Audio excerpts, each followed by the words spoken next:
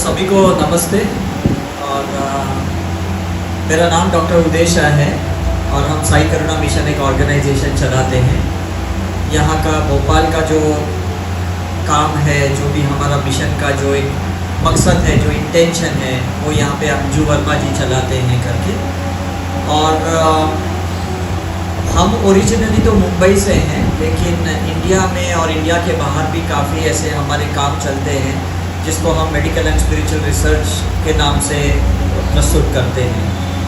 तो काफ़ी ऐसे विषय हैं, शायद आप लोग ने में से YouTube देखी होगी। कितने लोगों ने YouTube देखी है? हमारे चैनल्स देखे हैं, कुछ लोगों ने यहाँ पे देखे हैं और मुझे लगता है काफ़ी लोग यहाँ पे फर्स्ट टाइम है, राइट? आप लोग फर्स्ट टाइम है। सो मेरा परिचय देता हूँ। वैसे मैंने मेडिकल पास किया था 95 से 98 मेडिकल प्रैक्टिस की थी, proper allopathy practice Ramakrishna Mission Hospital में। लेकिन जब मुझे लगा कि ये मेडिकल प्रैक्टिस बहुत लिमिटेशंस है, तो मैं ये स्पिरिचुअल फील्ड में आया और उसके बाद लगातार आज इतने साल से मैं ये कंटिन्यूस इस फील्ड में हूँ। तो उसी के आधार पे आज मैं कुछ आपको गाइड करूँगा। बीच में अगर आपको कुछ पूछना भी है तो आप पूछ सकते हैं, कोई प्रॉब्लम नहीं है। लेकिन आपके जो भी सवाल है, जो आप ले आए हो अभी यहाँ पे, मैं 100% दावे के साथ कह सकता हूँ जाने से पहले आपको उसका उत्तर मिल जाएगा, आपको उसके आंसर्स मिल जाएंगे, ये मैं आपको गारंटी देता हूँ। अब एक कॉमन बात है हम सबके साथ कि हम लोग ज़्यादा करके शरीर के माध्यम से जीते हैं। Is it right? मतलब जिसको हम फिजिकल बॉडी कहते हैं, मैटर कहते हैं, हमारे साइंस में हम उसको मैटर कहते हैं। स्थूल शरीर है ना, ये फिजिकल बॉडी है करके। हड्डियां हैं, मांस है, अवयव है, ऑर्गन्स है, सिस्टम्स है, ग्लैंड्स है, हम जिसको कहते हैं करके। और सारा खेल शरीर का ही है अगर देखा जाएगा तो। हम कहते हैं हाँ ये पैदा हो गया, मतलब इसका शरीर ने जन्म ले लिया। ये इंसान मर गया, मतलब अब ये इसके शरीर में आत्मा नहीं रही। तो रेफरेंस किसका है? मैटर का है, शरीर का ही है। हम कहते हैं इसको डायबिटीज़ हो गया, इसको कैंसर हो गया, इसको गांठ हो गई, इस इंसान को, ये इंसान जेल में चला गया, ये इंसान बिजनेस कर रहा है, ये इंसान जॉब कर रहा है, ये इंसान की शादी हुई, ये महिला प्रेग्नेंट हुई। मतलब पूरा जो एक फोकस होता है, एक फिजिकल बॉडी पे ही फोकस होता है, राइट? इसको जुकाम हो गया, इस इंसान को कोविड हो गया, हम जैसे बोल रहे थे, इसको साइकेट्रिस्ट डॉक्टर की ज़रूरत है, इससे एस्ट्रोलॉजर की ज़रूरत है, हम ऐसे कहते हैं, इसको नौकरी की ज़रूरत है, इसको बिजनेस की ज़रूरत है, राइट? तो ये जो मैटर है, जो शरीर है, ये चलता कैसे है ये बहुत कम लोग को पता है कि ये चलता है मन के वजह से, माइंड के वजह से, राइट? माइंड के वजह से। मन में जितने थॉट्स आते हैं, आपके ब्रेन में, दिमाग में जितने विचार आते हैं, उसी का एक नतीजा है कि शरीर उसका एक्शन लेता है। कैसे? मैं आपको बताता हूँ। आपको इच्छा हुई यहाँ पे आने के लिए, तो कुछ लोग ने ऑटो किया, कुछ लोग ने ओला उबर किया, कुछ लोग अपने 2 व्हीलर से आए, कुछ लोग अपने 4 व्हीलर से आए। Is it right? माइंड में थॉट आया कि नहीं आपको? मुझे आज जाना है, कुछ सुनना है, कुछ समझना है, कुछ नया सीखना है, पता नहीं क्या होने वाला है, लेकिन एक जिज्ञासा आती है, एक है ना, एक एक्साइटमेंट होता है कि क्या होने वाला है पता नहीं है। लेकिन बॉडी ने एक्शन लिया कि नहीं? अगर आपका शरीर एक्शन नहीं लेता तो आप यहाँ पे होते नहीं होते। काफ़ी लोगों ने हमें मैसेज किए कि हम आ रहे हैं, लेकिन वो नहीं आए क्योंकि उन्होंने एक्शन नहीं लिया। तो दुनिया में कामयाब वो हैं जो सोचने के बाद एक्शन लेते हैं। अब ये बात क्लियर हो गई? हम अलार्म भी लगाते हैं सुबह 5 बजे का, 4 बजे का, आज सुबह उठेंगे, जॉगिंग करेंगे, एक्सरसाइज करेंगे, वजन कम करना है, शरीर को स्वस्थ रखना है। लेकिन हार्डली 10% उठते हैं, बाकी तो लोग अलार्म बंद करके ही सो जाते हैं। ऐसा होता है कि नहीं? मतलब मैटर सोच रहा है एक्शन लेने का, माइंड तैयार नहीं है। कहीं माइंड तैयार है तो मैटर, बॉडी तैयार नहीं है आपकी। अब समझ आ रहा है ना आपको दोनों का डिफरेंस? और शरीर और मन के बीच में और 3 चीज़ आती है जो लोगों को पता नहीं है, जो मैं आज आपको क्लियर करता हूँ। 3 चीज़ में से पहली चीज़ है हमारा ब्रेन। आप कहोगे ब्रेन कहाँ से बीच में आया? मैं आपको बताता हूँ। ब्रेन के अंदर 5 सेंसेशंस होते हैं, ये आपको पता है? आप देख रहे हो कि नहीं? मेरी बात सुन रहे हो कि नहीं? समझ रहे हो कि नहीं? फील कर पा रहे हो कि नहीं? तो ये ब्रेन का काम है जो 5 सेंसेशन लेके बैठा है। तो सिर्फ माइंड अकेला काम नहीं करता है, ब्रेन भी प्रोसेस करता है, ब्रेन भी अपना काम करता है। समझ में क्या? तो पहला माइंड, बॉडी, मैटर, तीसरा ब्रेन आ गया। चौथा है फीलिंग, हमको फील कैसा हो रहा है यहाँ आने के बाद, ये बहुत इंपॉर्टेंट है। अच्छा फील हो रहा है, अच्छा फील नहीं हो रहा है, ये इंपॉर्टेंट है। ब्रेन सेंसेशंस करवाता है, हार्ट फील करवाता है। ये फर्क समझ रहे हो कि नहीं? दिमाग कहता है बिजनेस कर, दिल कहता है नहीं ध्यान कर, आत्मा को मुक्ति दिला, आत्मा को मोक्ष दिला, दिल ये कहता है। फर्क पड़ रहा है कि नहीं? आत्मा कहती है कि भाई तुझे इस माया जाल से बाहर आना है, ये दिल की आवाज़ है। मन कहता है कि नहीं बहुत कमाना है, बहुत अनुभव लेना है, बहुत प्लेजर लेना है, बहुत चीज़ों का सुख लेना है।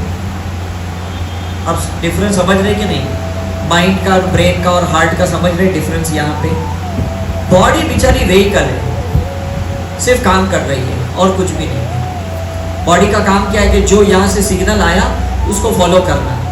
अब थोड़ी देर पहले मुझे चाय पीने की इच्छा हुई, माइंड से इच्छा हुई, मैंने किसी को बताया कि भाई प्लीज़ एक चाय बनाओ, तो मैंने थोड़ा एक्शन लिया, उन्होंने एक्शन लिया और मैंने चाय पी। लेकिन फिर मैंने उसको फील किया कि चाय कैसे बनी, मीठी थी, फिक्की थी, अच्छी थी, मतलब स्पाइसी थी कि नहीं थी, इसने फील किया मुझे। तो ये फील करने वाला काम हार्ट का होता है, समझ में कि नहीं? टेस्ट का काम किसका है? ब्रेन का। स्वाद कौन ले रहा है? ब्रेन ले रहा है कि नहीं? ब्रेन शरीर को स्वाद दिलवाता है कि ये टेस्ट कैसा है, ये फीकी चाय, इसमें और शक्कर डालनी चाहिए कि नहीं, मसाला डालना चाहिए कि नहीं। तो आप सोचो कि कितनी चीज़ें हमसे जुड़ी पड़ी है और हम उससे वाकिफ़ नहीं है। हमें तो लगता है बस शरीर काम कर रहा है, दिमाग सोच रहा है, नहीं, उसके बीच में भी ये ब्रेन आता है, इसके बीच में भी दिल आता है करके। तो मैंने कितनी चीज़ पहले आपको बताई, कितनी चीज़ मैंने बताई? किसने मेरी बात ध्यान से सुनी? हाँ, 4 चीज़ें मैंने बताई, राइट? कि 4 चीज़ें बीच में आती है। तो एक आता है माइंड, सेकंड आता है ब्रेन, तीसरा आता है हार्ट, और चौथी चीज़ है जो किसी को आज तक नहीं पता वो क्या आती है, वो है कुदरत की शक्तियाँ। That is called cosmic energy, जिसको हम कहते हैं पंच महाभूता। ये शक्तियाँ अंदर आती है हमारे साथ और हमें उस शक्तियों के बारे में पता ही नहीं है। जैसे बाहर से हवा आ रही है कि नहीं, आप सांस ले रहे हो, बाहर से रोशनी आ रही है, आप देख पा रहे हो, बाहर से ठंडी गर्म कुछ लग रहा है, आप उसको फील कर पा रहे हो। अब समझ में आ रहा है ना कि बाहर से भी कुछ चीज़ें आ रही है। उस बाहर से जो चीज़ें आती है ना, उसको हम स्पिरिचुअलिटी कहते हैं, उसको हम कुदरती शक्तियाँ कहते हैं, उसको हम कॉस्मिक एनर्जी कहते हैं करके। और यही स्पिरिचुअल एनर्जी या यही कॉस्मिक एनर्जी हमारा ये बहुत इम्पॉर्टेंट है, बिकॉज ये गॉड की एनर्जी है, ये भगवान की शक्तियाँ हैं। और वो शक्तियों को अगर आप नहीं ले सकते हो ना, तो ये 4 चीज़ों के मैकेनिज्म में तकलीफ होने वाली है। किसको पता ही नहीं चलेगा कब कैंसर हो गया, किसको पता ही नहीं चलेगा कब ब्रेन हेमरेज हो गया, किसी को पता ही नहीं चलेगा कि कब हार्ट अटैक होने वाला है, कब हार्ट का ब्लॉकेज हो गया, किसको पता ही नहीं चलेगा कि कब मेरा अभी शनि का साढ़ासती चल रहा है और अब मुझे तकलीफ होने वाली है, मेरा जॉब छूटने वाला है, मेरा डिवोर्स होने वाला है, मेरा ब्रेकअप होने वाला है। ये आपको पता ही नहीं है। क्यों? क्योंकि आप स्पिरिचुअल प्रैक्टिस करते ही नहीं हो। तो आप कुदरत की शक्तियों को जानोगे कैसे, मुझे बताओ। अब काफ़ी लोग चिल्ला रहे हैं, कह रहे हैं कि धीरे धीरे पानी कम हो रहा है, संभाल के पानी इस्तेमाल करो, कह रहे कि नहीं लोग? वो कौन कह रहे हैं? जो समझ पा रहे हैं कि दुनिया में अब पानी की मात्रा कम हो रही है, हीट बढ़ रही है, ग्लोबल वार्मिंग बढ़ रही है, तो पानी कम हो रहा है। ये कोई तो समझ रहा है कि नहीं? तो वो हमें संकेत दे रहा है। पक्षियाँ समझते हैं, कुत्ते समझते हैं, हम ही इंसान नहीं समझते। पक्षियाँ समझ रहे ना, चिड़िया कम दिख रही कि नहीं आपको? हमारे बॉम्बे में तो चिड़िया दिखती नहीं है, पहले बहुत थी। जब मैं छोटा था तो मैं बहुत चिड़िया देखता था, अब चिड़िया देखता ही नहीं हूँ, क्योंकि उनको जो वातावरण चाहिए था वो अब अवेलेबल नहीं है। तो चिड़िया कम हो गई कि नहीं? हमने पहाड़ तोड़ दिए, जंगल तोड़ दिए, पानी कम हो गया, हवा पॉल्यूटेड हो गई, तो डेफिनेटली ये जो जीव जंतु पक्षी है ये तो उसी के आधार पे तो जी रहे थे। लेकिन अब बढ़ क्या गया? मच्छर बढ़ गए, जो लो कॉन्शियसनेस वाली, लो चेतना वाली चीज़ें वो बढ़ गई है, वायरस बढ़ गया, बैक्टीरिया बढ़ गया, पैरासाइट बढ़ गया, अच्छी चीजें कम हो गई, अच्छे पक्षी कम हो गए, पैरट कम हो गई, समझ में कि नहीं, कबूतर कम हो गए, जो अच्छी चीजें थे, अच्छे जानवर थे।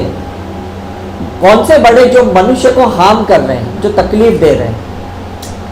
लेकिन ये क्यों हो रहा है? क्योंकि हम उस कुदरत की शक्तियों को जान ही नहीं रहे हैं। तो माइंड और मैटर के बीच में ना ये बहुत सारी चीज़ें आती है, ये चीज़ समझ लो। और ये अगर आप योगा करोगे, मेडिटेशन करोगे, स्पिरिचुअल प्रैक्टिस करोगे, हीलिंग करोगे तो जान पाओगे। जो इंसान ये प्रैक्टिस कर ही नहीं रहा है उसको समझ में कैसे आएगा? मुझे बताओ।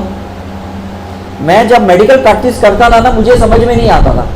मुझे लगता था ये इंसान ने इसे चेप लेके आया है, मुझे इसको एंटीबायोटिक देनी है, मुझे इसको एंटीबायोटिक देनी है।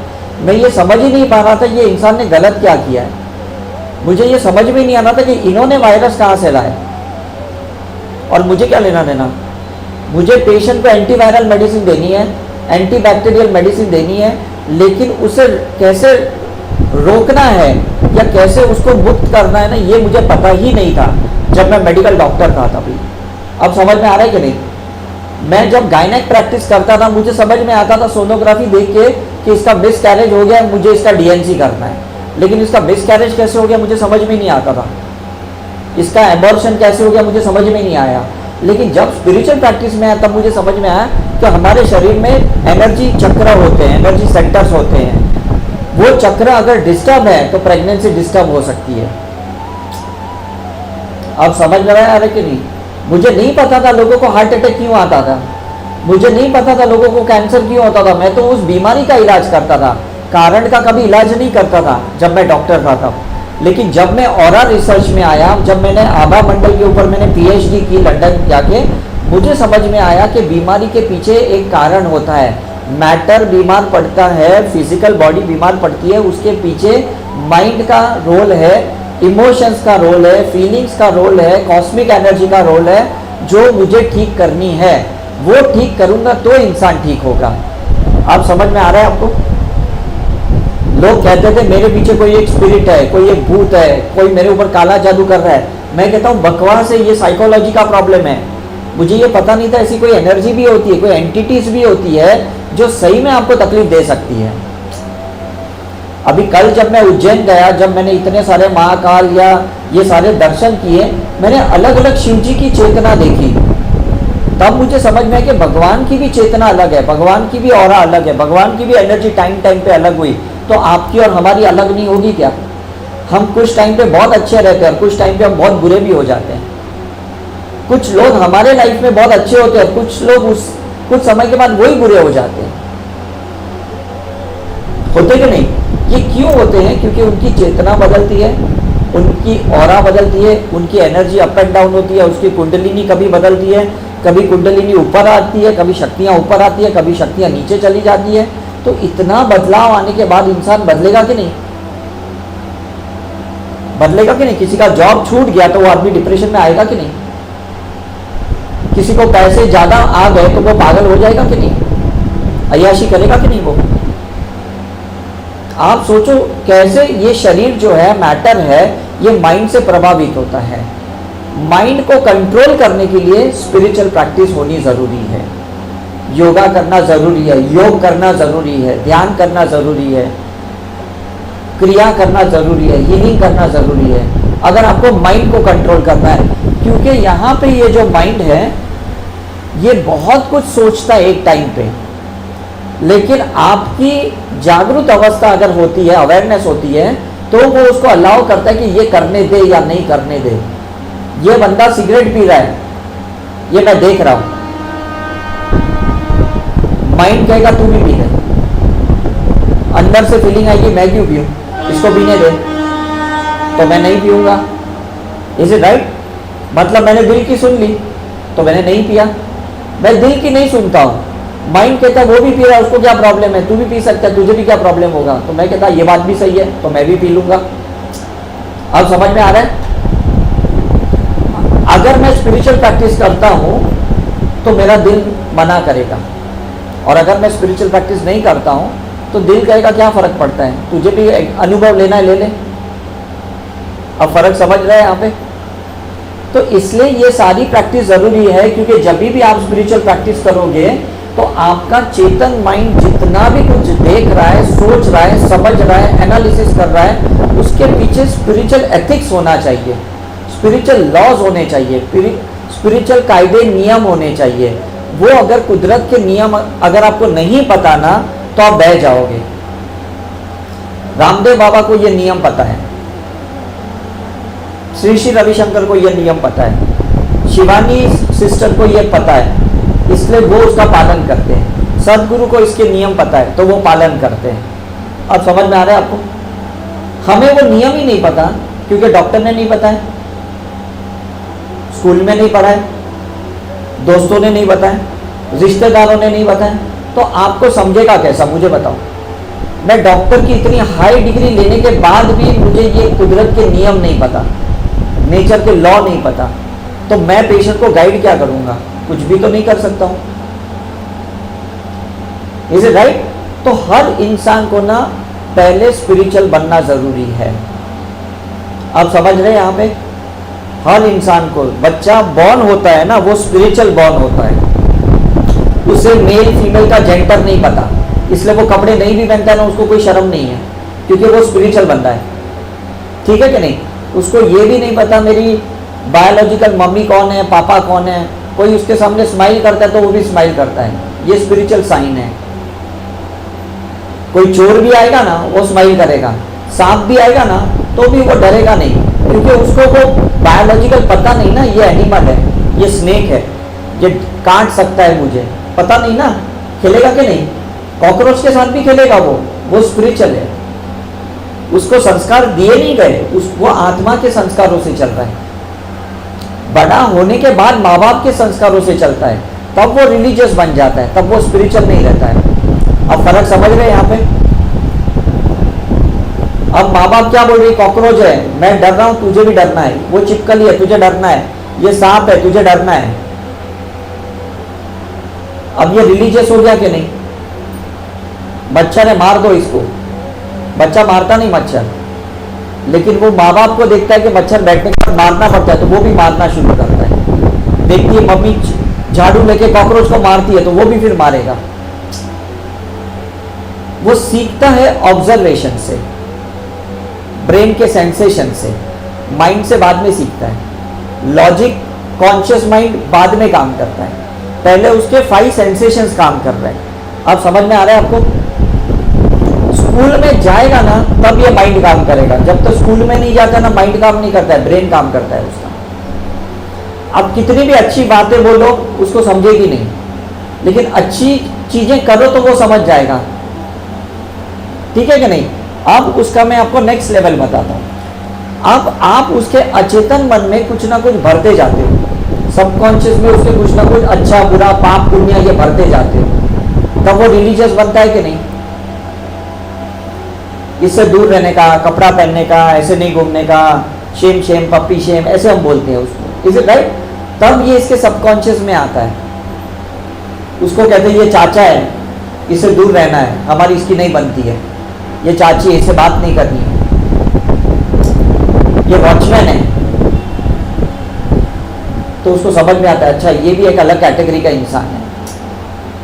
Is it right? ये कचरे वाला है, ये झाड़ू वाला है, ये अब हम उसके अचेतन मन में डाल रहे हैं। ये भेदभाव किसने डाला? तो माइंड और मैटर के बीच में अब भेदभाव आया कि नहीं?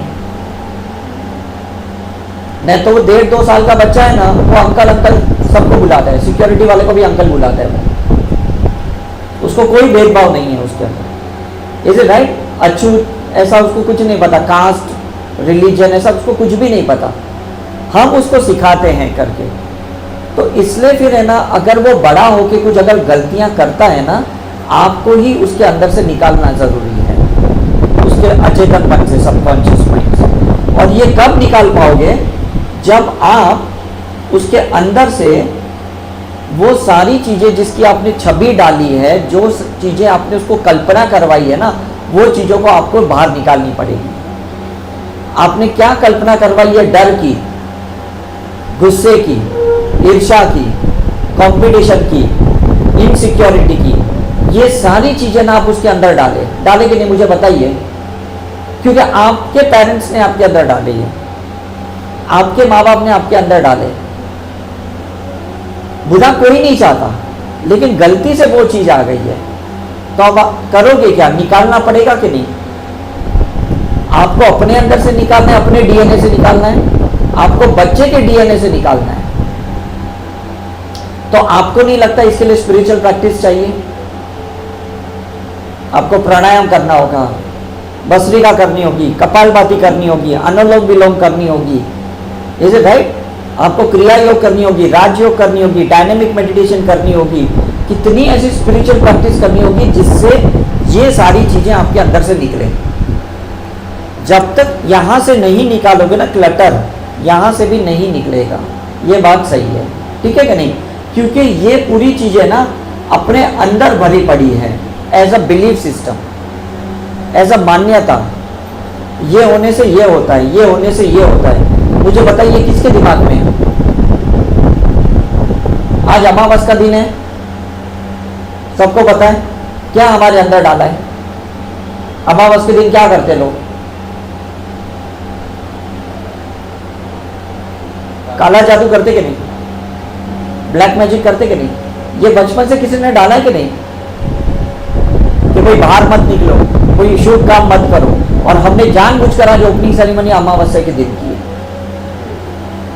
हमें ये दिखाना है अच्छे काम के लिए ना अंधेरा का कोई रोल नहीं है। जहां प्रकाश है ना वहां अंधेरा काम ही नहीं करता। Is it clear? समझ में? ये इमेजिनेशन निकालनी है, ये बिलीफ सिस्टम निकालनी है, ये मेरा दुश्मन है, ये बिलीफ सिस्टम निकालनी है, इसके साथ मेरी नहीं कभी बन सकती, ये निकालनी है, इसके साथ मेरा 36 का आंकड़ा है, ये बिलीफ सिस्टम निकालनी है, ये मुझे कभी सुख नहीं दे सकता, ये बिलीफ सिस्टम निकालनी है, ये तो मुझे बस परेशान करने के लिए ही आया है, ये बिलीफ सिस्टम निकालनी है, मैं कभी पैसे कमा नहीं सकता, ये बिलीफ सिस्टम निकालनी है। आप समझ में आ रहा है निकालना क्या है? ये डॉक्टर ने कभी बताया आपको? मुझे हॉनेस्टली बताओ आप इतनी बार डॉक्टरों के पास गए बचपन से लेके आज तक, कभी किसी डॉक्टर ने बताया तुम्हें ये निकालना है? डॉक्टर ने क्या बोला है? बीमारी निकालनी है। बीमारी का कारण डॉक्टर ने कभी नहीं बताया। Is it right? इसलिए हम बार बार बीमार पड़ते हैं, बार बार डॉक्टरों के पास जाते हैं। अब समझ में आ रहा है? हम पिछले 31 ईयर से 1993 से लेके आज तक यही रिसर्च करते आ रहे हैं कि इंसान बीमार क्यों गिरता है, what is the cause of disease and suffering, this is very important. इंसान भुगतता क्यों है? भगवान ने तकलीफ देने के लिए शरीर नहीं बनाया। आपने जो मान्यताएं धारणाएं की है ना, इल्यूजन्स है ना, जो आपने भ्रम पाले हैं ना अंदर, उसी का ये नतीजा है। मैं 13 कंट्रियों में जाता हूँ, 13 कंट्रीज में जाता हूँ, वो कोई भी ना काल सर्पदोष को नहीं मानते, वो लोग अमावस को नहीं मानते, तो उनको तकलीफ भी नहीं होती है। और हम लोग मानते हैं ना, इसलिए हमें तकलीफ होती है। आप समझ में आ रहा है कि नहीं? समझ में आ रहा है? कल जब मैं काल भैरव के मंदिर में गया शाम के टाइम पे, तो भीड़ कम थी और हमारे 30 मिनट्स में दर्शन हो गए। दर्शन के वक्त जब मैं सामने आया ना काल भैरव के, मुझे नहीं पता मेरी ये जो उंगलियां हैं ना, एक कटोरी थी उसमें हाथ मेरा चला गया। ध्यान से सुनना मेरी बात, मेरा कोई इंटेंशन खराब नहीं था। मेरा हाथ कहाँ गया? एक तांबे का लोटा था, उसमें पानी था, तो पूरा टाइम ये शिवलिंग मेरे हाथ में था। जब मैं लाइन में खड़ा था और मैं शिवलिंग लेके काल भैरव की प्रेयर कर रहा था, अपनी स्पिरिचुअल प्रैक्टिस कर रहा था। लेकिन जैसा मेरा नंबर आया और मैं जब भैरव जी के सामने आया, मैंने कहा मेरे अंदर से नेगेटिविटी निकालो जो भी आपको लगता है।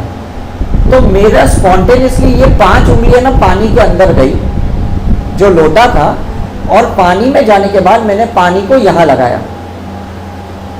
ये सहज था कि नहीं? सहज था कि नहीं? आप मुझे बताओ, इसमें कुछ प्रॉब्लम था? प्रॉब्लम नहीं था। लेकिन सारे लोग मेरे वहां पे टूट पड़े, सारे पंडित पुजारी मेरे पे टूट पड़े, सभी लोग ने मुझे चिल्लाया। उन्होंने कहा ये तो भैरव जी का पानी, आपने इसको हाथ कैसे लगाया? अब ये बिलीफ सिस्टम किसकी है?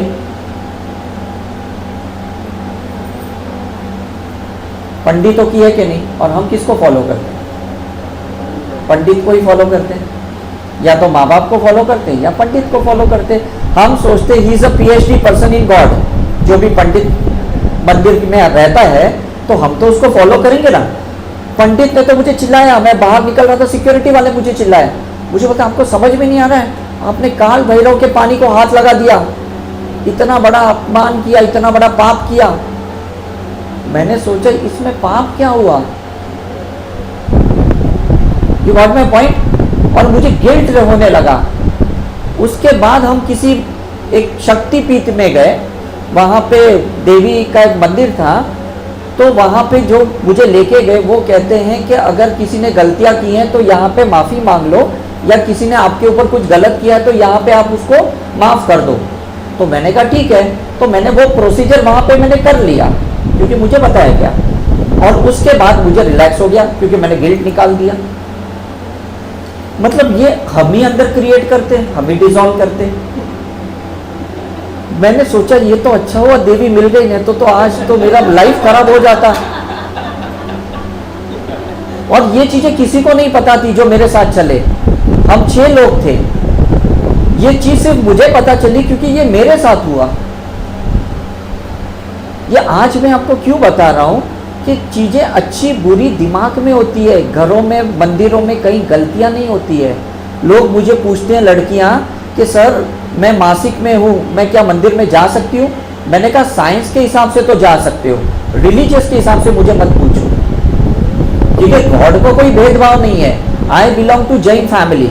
हमारे जैन कम्युनिटी में कहा जाता है कि कोरे कपड़े पहनने, कोरे मतलब जो एकदम नए होते हैं वो पहनने हैं, या पूजा के अलग ही कपड़े होते हैं उसको कोरे बोलते हैं। पहनने के बाद धोए हुए को कोरे नहीं बोलते, ये चीज ध्यान में रखना। तो हम समेत शिखर जाते हैं, पालीताना कहीं पे भी जाते हैं ना, हम कोरे कपड़े पहन लेके जाते हैं। तो ये बिलीफ सिस्टम किसने डाली? महावीर ने तो नहीं डाली। 24 तीर्थंकर ने तो कहीं लिख के नहीं गए कि मैं ईमेल करके जाता हूँ, मेरे बाद जरा ये व्हाट्सअप पढ़ लेना, ईमेल पढ़ लेना, बगैर कोरे कपड़े के कोई मुझे टच ना करे। Is it right? ये जो हम लिमिटेशंस लाते हैं ना, फिल्टर लाते हैं, बैरियर डालते हैं, ये हम ही लाते हैं और हम ही उसी के गिल्ट में मर जाते हैं। और जब भी मैं पास्ट लाइफ रिग्रेशन करता हूँ, पुनर्जन्म का जब प्रयोग करता हूँ किसी के ऊपर, आप मानोगे नहीं, उसी के यही प्रॉब्लम बाहर आते हैं और किसी को कोई प्रॉब्लम नहीं रहते। एज अ सोल्जर मैंने किसी को मार दिया, वो तो बंदा मर गया, क्योंकि मुझे कहा गया था देश की रक्षा करना। Is it right? तो मैंने देश की रक्षा की, मैंने मार दी। कितने जन्म तक मुझे गिल्ट रहता है, यार मैंने किसी को मार दिया, मैंने किसी को मार दिया, मैंने किसी को मार दिया। It was the duty. अब समझ में आ रहा है कि नहीं? तो ये सारी चीजें ना हम लोग दिमाग में लाते हैं, माइंड ओवर मैटर, और हमको ही वो डिसॉल्व करनी है। और हमको इसलिए स्पिरिचुअल प्रैक्टिस करनी है क्योंकि माइंड के ऊपर कुछ है, and that is God, and that is spiritual divine power, that is divine mind. Human mind के ऊपर कौन है? डिवाइन माइंड है। तो उसके लॉ के हिसाब से अगर आप चलोगे ना, तो कोई आपको कभी गिल्ट नहीं होगा, कभी पछतावा नहीं होगा, कभी रिग्रेट नहीं करोगे। Is it clear? समझ में आ रहा है कि नहीं? वो काल भैरव का पानी हमारे लिए ही था। वो चिटकते थे तो भी हमारे ऊपर आता, हमने हाथ डाल दिया तो भी हमारे लिए ही था। इसके लिए मुझे पुजारी पंडित बनने की जरूरत नहीं थी, एक भावुक बनने की जरूरत थी, एक डिसाइबल बनने की जरूरत थी, एक फॉलोवर बनने की जरूरत थी, एक श्रद्धा की जरूरत थी, एक फेथ की जरूरत थी। और वो तो मेरे अंदर था ही कि नहीं, तभी तो गया ना मैं वहां पे। Is it clear? तो प्लीज आप सोचना कि ये सारी चीजें जो आपने भर के रखी है ना, उसको निकालो आप, और उसके लिए आपको स्पिरिचुअल प्रैक्टिस करनी पड़ेगी। ब्रेथ अवेयरनेस की प्रैक्टिस करनी पड़ेगी, सांसों के ऊपर ध्यान दो, क्लटर्स निकालो, दिमाग में जो भी भर के रखा है, गिले शिकवे, नफरत, क्रोध, जो भी भर के रखा है, प्लीज उसको निकालो आप। और वो जब निकालोगे ना, उसके बाद जो आपका ये जो इमोशनल बैगेज है ना, ये निकल जाएगा। तो माइंड मास्टर नहीं करेगा आपके ऊपर, God will master you, emotion will not master you. ये जो गलत भावना है ना, गिल्ट की भावना जो कल मेरे अंदर पैदा हुई, वो मास्टरी कर रही थी, और मैंने क्या पाप कर दिया, मैंने काल भैरव को दुखी कर दिया, मैंने कितने लोगों को दुखी, ये मेरे अंदर एक इमोशनल मास्टरी थी। Is it right? तो प्लीज आप एक कोशिश करो कि आप एक सेल्फ रियलाइजेशन का प्रोसेस करना। मैं अभी एक छोटा मेडिटेशन आपको कराता हूँ, ठीक है? एक छोटे मेडिटेशन में क्या करना, कोई भी एक इश्यू ले लेना अभी माइंड में, जो मेरे साथ जैसे हुआ ना, ऐसा कोई भी एक हादसा ले लेना अपने अंदर, और उस हादसे को ना एक रिव्यू करना, एक रिप्ले करना, और उसको वहां से निकालना। फिर देखो आपका मन कितना हल्का हो जाता है, क्योंकि कुछ तो आपका इमोशंस है कि नहीं, कुछ तो आपने भरा पड़ा है कि नहीं, और इसको जब आप निकाल दोगे ना, फिर आपका जो ट्रांसफॉर्मेशन होगा ना, जो परिवर्तन होगा ना, ये परमानेंट परिवर्तन होगा। तो मुझे बताओ करेगा कौन ये सब काम? Who will do? खुद ही करेंगे। ट्रांसफॉर्मेशन कौन करेंगे? माँ बाप बच्चों के लिए नहीं कर सकते, टीचर स्टूडेंट्स के लिए नहीं कर सकती। हम दो ही चीजें कर सकते हैं, नॉलेज दे सकते हैं, इंफॉर्मेशन दे सकते हैं, एक्सपीरियंस नहीं दे सकते, ट्रांसफॉर्मेशन नहीं दे सकते, परिवर्तन हम किसी के अंदर नहीं ला सकते, किसी के अंदर अनुभव हम नहीं ला सकते। उस इंसान को खुद को वो क्रिया करनी पड़ेगी। Is it right? हर इंसान जो रामदेव बाबा के आश्रम में रहता है ना, वो हेल्दी नहीं रहता है। जाके देखना, मैं हरिद्वार में तो बहुत बार गया हूँ, कितने वहाँ पे ओबेसिटी वाले स्टाफ है उनके, कितने हार्मोनल इम्बैलेंस वाले, कितने वो लोग पैरालिटिक भी है, डायबिटिक भी है, मैंने सब देखे वहाँ पे। डॉक्टर्स के हॉस्पिटल में भी ना सारे लोग हेल्दी नहीं होते, और डॉक्टर्स खुद भी हेल्दी नहीं होते, छोड़ो मैं स्टाफ की बात। उसके लिए वो उसको खुद को कुछ हेल्दी स्टेप्स लेने पड़ते हैं। Is it right? तो प्लीज़ वो स्टेप्स लीजिए। जितना पैसा कमा रहे हैं ना आप, उसमें से अगर 10-20% भी, ध्यान से सुनना, 10-20% भी अगर हेल्थ के लिए, नॉलेज के लिए, एक्सपीरियंस के लिए खर्च किए ना, तो कोई नुकसान नहीं है। अगर मेरे पास 10,000 रुपये हैं तो 20% कितने हुए? 2,000 रुपये हुए। 2,000 रुपये की अगर मैं कोई अच्छी किताब खरीदता हूँ, कोई अगर मैं कहीं मेडिटेशन सीखता हूँ, कहीं पे 2,000 रुपये का योगा सीखता हूँ, तो कुछ नुकसान है क्या? मुझे बताओ। हाँ, अब यही ओल्ड एज में मैं ये सारे पैसे मेडिसिन में डालूं, इन्वेस्टिगेशन में डालूं, पैसे जमा कर करके, इससे तो बेटर है ना अभी से मैं वो 20% डालूं। Now it is clear. आप सोचते नहीं पैसे बचाने बुढ़ापे में काम आएंगे, लेकिन हेल्थ के लिए क्यों कॉम्प्रोमाइज कर रहे हो? कहीं अच्छे ड्राई फ्रूट्स खरीदने तो खरीद लो ना, कहीं महंगे फ्रूट्स खरीदने तो खरीद लो ना। लॉजिक समझ रहे हो कि नहीं? मैं समझ रहे हो कि नहीं? ब्रेड सस्ता है, इसका मतलब ये नहीं कि बस हम कॉम्प्रोमाइज करें, फ्रूट्स महंगा है तो जाने दो, अपना बजट नहीं है, ऐसा मत सोचो। Is it clear? डॉक्टर्स की दवाई महंगी है, लेकिन नेचर क्योर उससे भी सस्ता है, पंचकर्मा उससे भी सस्ता है, लेकिन मन मानता ही नहीं है कि ये कचरा निकालने के लिए मैं क्यों पैसे डालूं। दवाई खाने के लिए पैसे डालते हैं हम, एंटीबायोटिक के लिए, कीमोथेरेपी के लिए, सर्जरी के लिए, लेकिन पंचकर्मा के लिए, नेचर क्योर के लिए हमारे पास पैसे नहीं है, हीलिंग के लिए पैसे नहीं है, स्पिरिचुअल प्रैक्टिस के लिए पैसे नहीं है, रिट्रीट्स में जाने के लिए पैसे नहीं है। आप समझ रहे हैं माइंड कितना चतुर है? कौन किसको नुकसानी में डाल रहा है, मुझे ये बताओ। कौन डाल रहा है? कहाँ है दुश्मन, मुझे ये बताओ।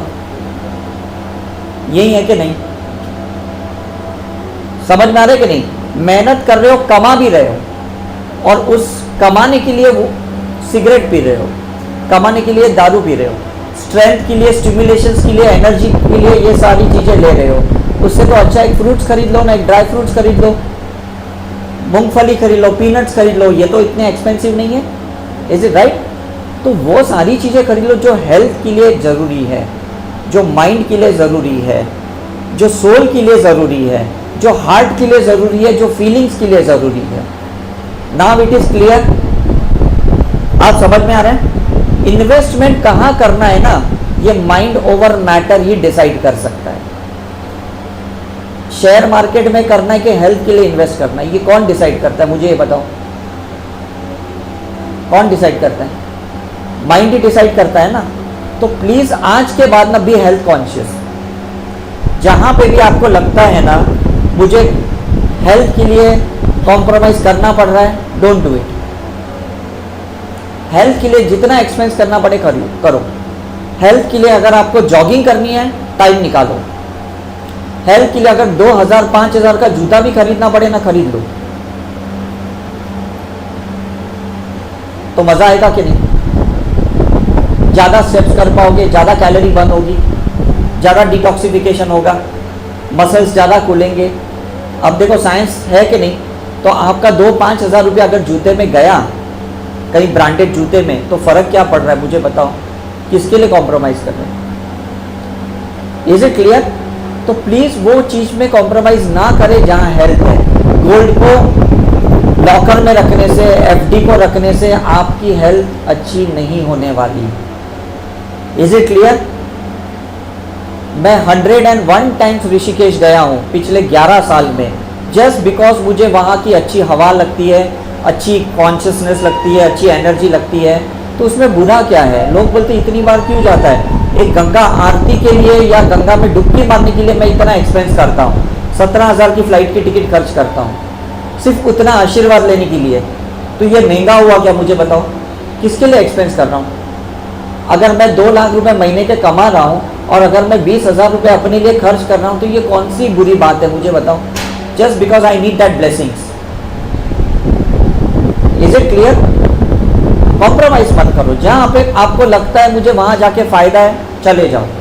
मुझे कभी लगा सदगुरु के आश्रम में जाना है, कितनी भी फ़्लाइट महंगी है, मैंने निकाल दी, मैं चला गया, 2 दिन रुक के आया वहाँ के रिसोर्ट में, अच्छे ब्लेसिंग लेके आ गया मैं।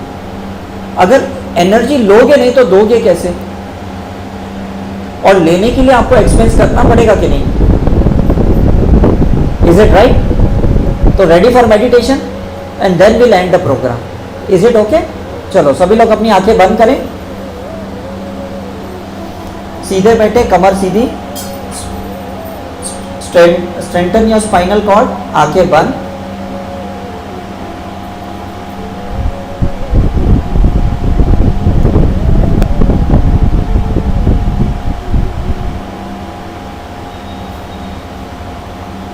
साधारण सी सांसें लेनी है। Take a normal breath.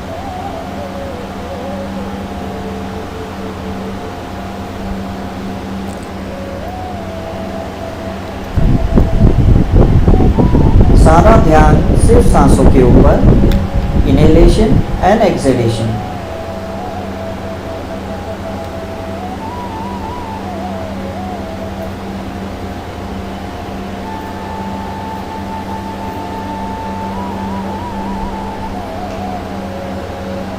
सांस कहाँ जा रही है? ब्रेन के कौन से एरिया में होशपूर्वक सांस लेनी है और होशपूर्वक सांसें छोड़नी है। ध्यान से सांसें लेनी है और ध्यान से सांसें छोड़नी है।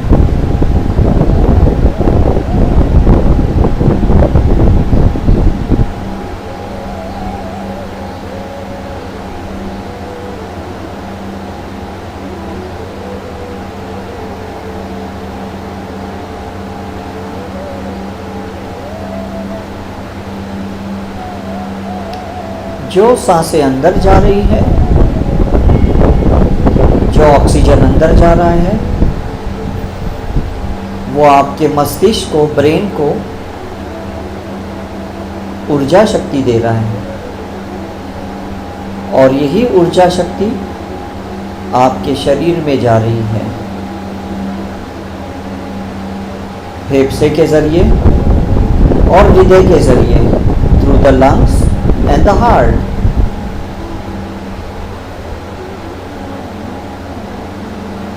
जब आपका ध्यान सांसों पे होता है तो धीरे धीरे विचार कम हो जाते हैं।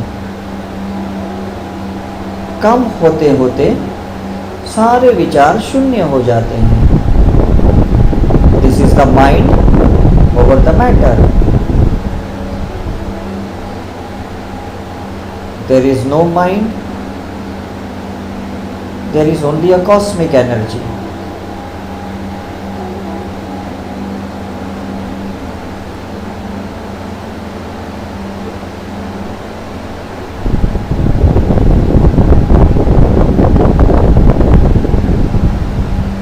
ध्यान सांसों के ऊपर बनाए रखें। विचार आते हैं तो आने दीजिए। They are like a guest. विचार एक मेहमान के जैसे हैं, वो आएंगे और चले जाएंगे।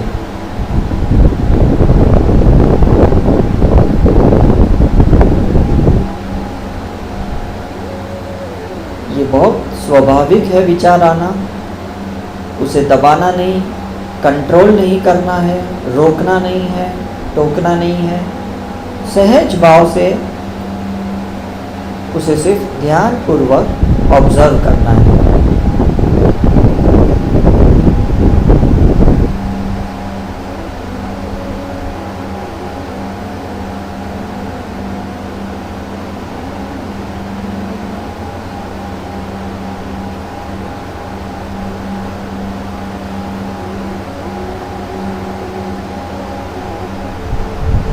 बाहर की सारी आवाज़ें आपको और लंबी गहरी ध्यान की अवस्था में ले जा रही है। इस वक्त सिर्फ आपको मेरी और मेरी ही आवाज़ सुनाई दे रही है। You are listening to just my and only my voice.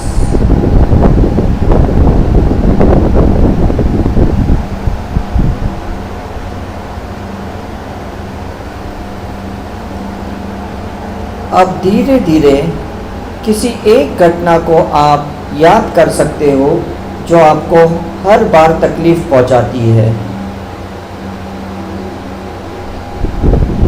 दिल को दुखता है, दर्द होता है, या शरीर को दर्द होता है।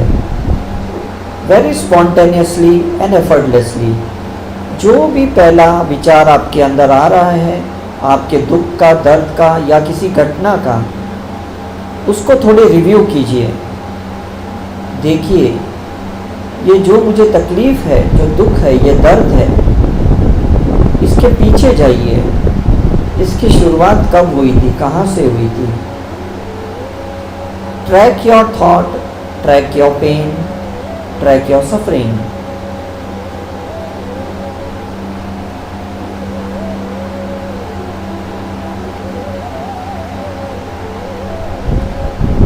Trust the process. जो भी हो रहा है उस पर पूरा भरोसा करें। जो भी वो घटना जो आपके साथ घटी, जिसको आज तक आपने पकड़ के रखा है, उस घटना के बारे में सोचिए कि इसकी शुरुआत कहाँ से हुई। क्या इसके पीछे मैं था, या इसके पीछे और कोई इंसान था, कोई परिस्थिति थी?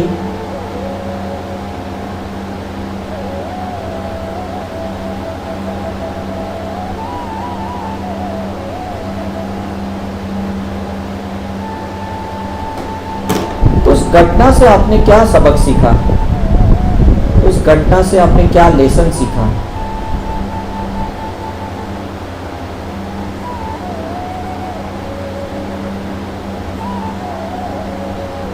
जैसे कल मैंने उस पानी से कुछ सबक सीखा, कल मैंने काल भैरव के मंदिर में कुछ सबक सीखा।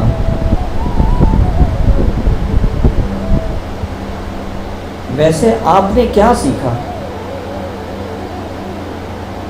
What was the lesson you learned from that incident or the person?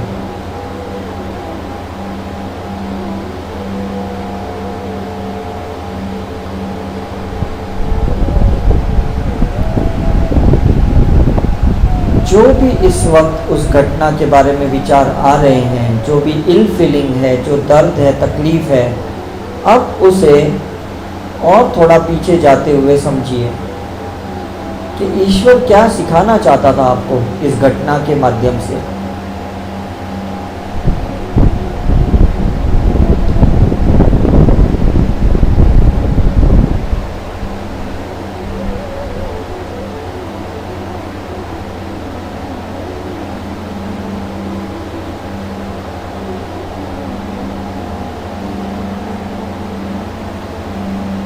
स्वीकार लें, एक्सेप्ट करें जो भी सबक आपको सिखाने के लिए ये घटना का निर्माण हुआ।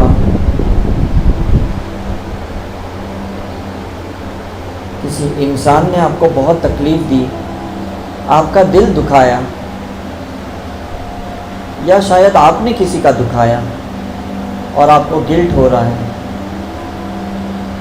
तो अपने आप से आज माफ़ी मांग लीजिए। और अगर किसी ने आपको दुख दर्द दिया है तो आज उसे माफ़ कर दीजिए। ये खेल सिर्फ अंदर के दिमाग का ही है।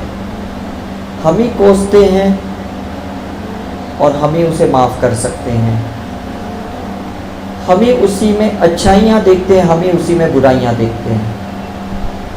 हम ही उसी चीज़ की अच्छी बातें करते हैं, हम ही उसी चीज़ की बुरी बातें करते हैं।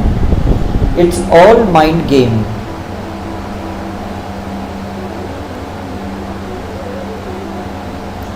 Respect both the sides.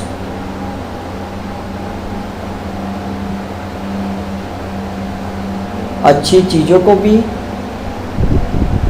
मान सम्मान दें, बुरी चीज़ों को भी मान सम्मान दें। जो इंसान जीतता है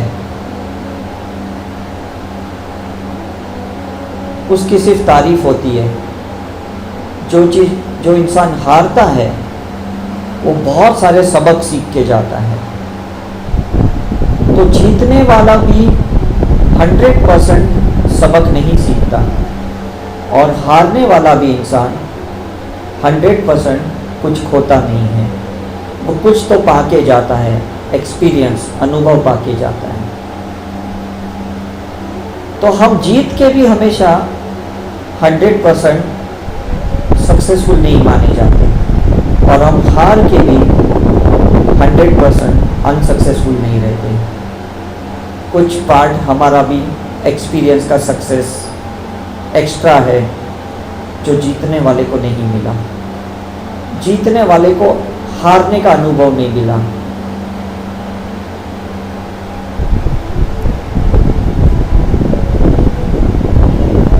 सो ये बहुत बड़ी बात है। Profit and loss is in the mind. हार और जीत दिमाग में है।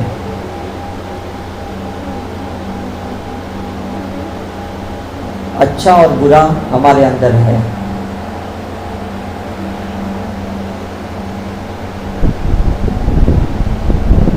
अंधेरे में अगर आंख खुली रखोगे तो भी कुछ दिखाई नहीं देगा, और रोशनी बहुत है और आंखें बंद है तो भी दिखाई नहीं देगा। ये सृष्टि का नियम है कि मन की आंखें खोल के जीना है। सिर्फ फिजिकल आईज ओपन करके या बंद करके कुछ नहीं होगा। Open the eyes of wisdom. This is the moral of the story. Accept everything, adjust everything. Whatever happens, happens to happen. वो चीज होने के लिए हुई, उसमें कुछ अच्छा बुरा नहीं था।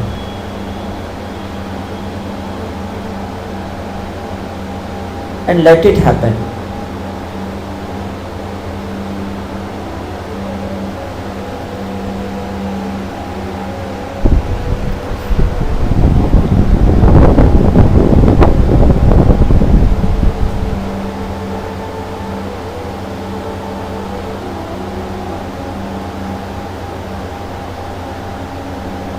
So this is the lesson today you have learned through your spiritual practice, through your meditation.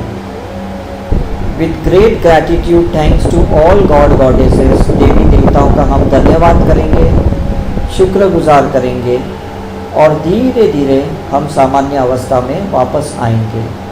We'll come back to our original state of mind with your physical awareness. With great smile, thank you and thank you.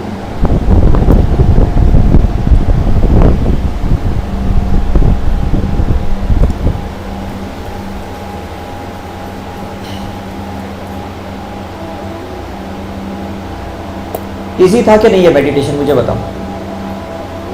कहाँ इसमें concentration की ज़रूरत है? लोग बोलते नहीं मुझसे ध्यान नहीं होता, मुझसे ध्यान नहीं हो पाएगा।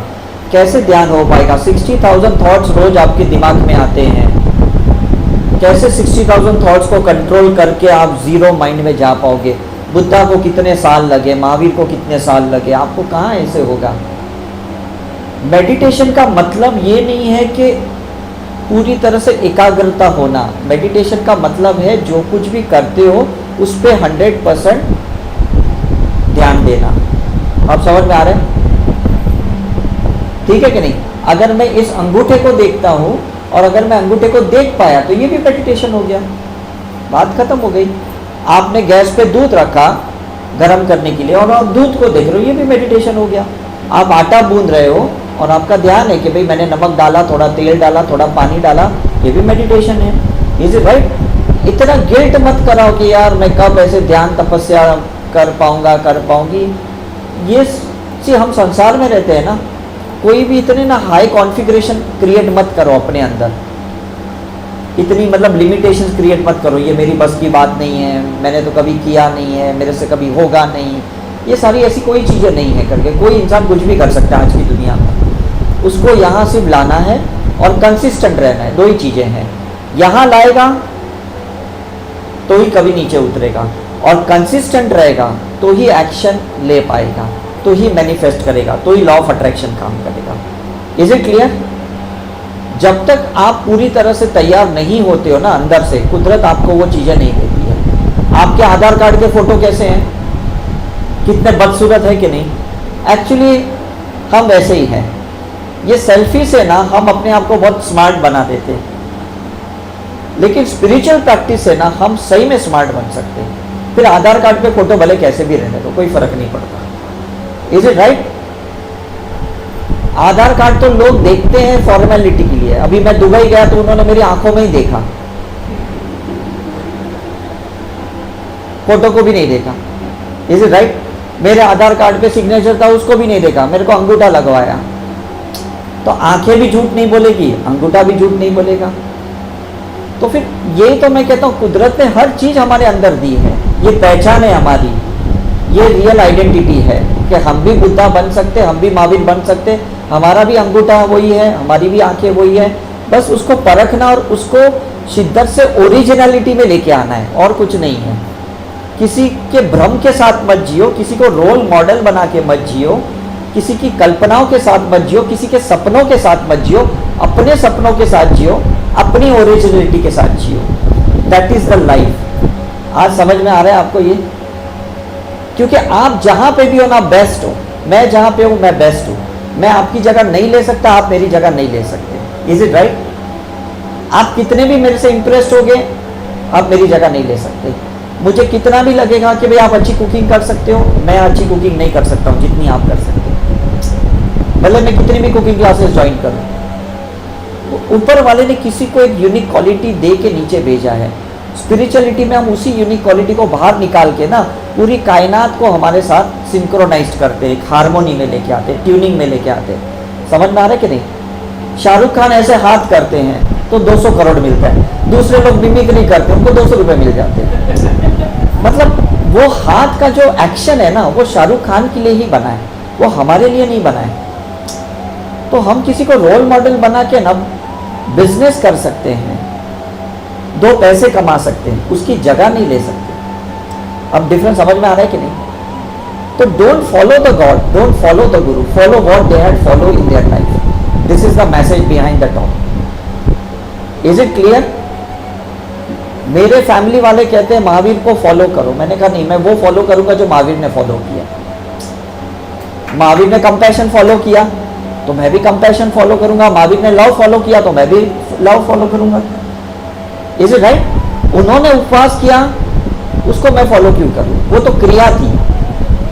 अगर मैं योगा करता हूं, डिटॉक्स करता हूं, तो मुझे फास्टिंग की भी जरूरत नहीं है। अगर मैं मेडिटेशन करता हूं, इज इट राइट, तो मुझे पहाड़ पे जाने की भी जरूरत नहीं है। सोचने वाली बात है कि नहीं? And result matters a lot.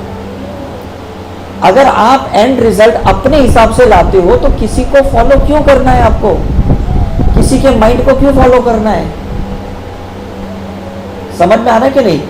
मैं जॉगिंग नहीं करता हूँ, मैं एक्सरसाइज नहीं करता हूँ, लेकिन आप मुझे कोई भी पहाड़ पे चलने को बोलो, मैं चढ़ सकता हूँ।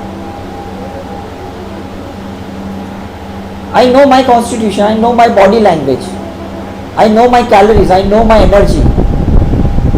मुझे पता है मेरे शरीर के अंदर कौन से विटामिन चाहिए, मिनरल्स चाहिए, इलेक्ट्रोलाइट्स चाहिए, एंजाइम्स चाहिए, गैस्ट्रिक जूसेस चाहिए, मुझे सब पता है और मैं अपने हिसाब से चलूंगा तो ही मैं फिट रहूंगा कि नहीं? Is it clear? मैं किसी एडवर्टाइज से इम्प्रेस्ड होके चलूंगा ना तो वो एक आर्टिफिशियल है, वो एक इल्यूजन है मेरे माइंड में। Is it clear?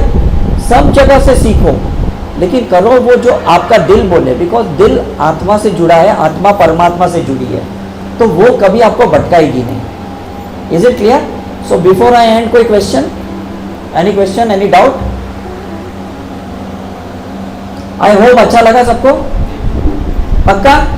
Good. Yes, any yes? हाँ हाँ,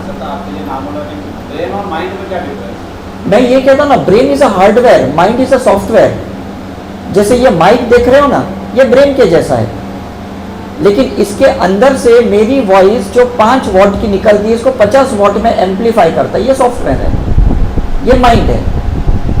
तो ब्रेन है ना एक हार्डवेयर, एक स्ट्रक्चर है कि जो अपनी लिमिट में रहता है।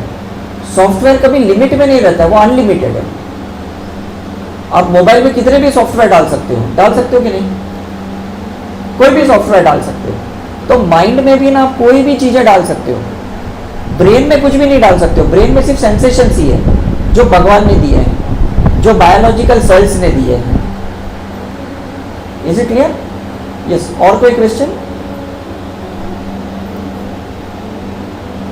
Okay, so thank you very much. और अंजू जी अभी आप आके यहाँ बताएंगे हमारी एक्टिविटी सेंटर्स और रिट्रीट के बारे में।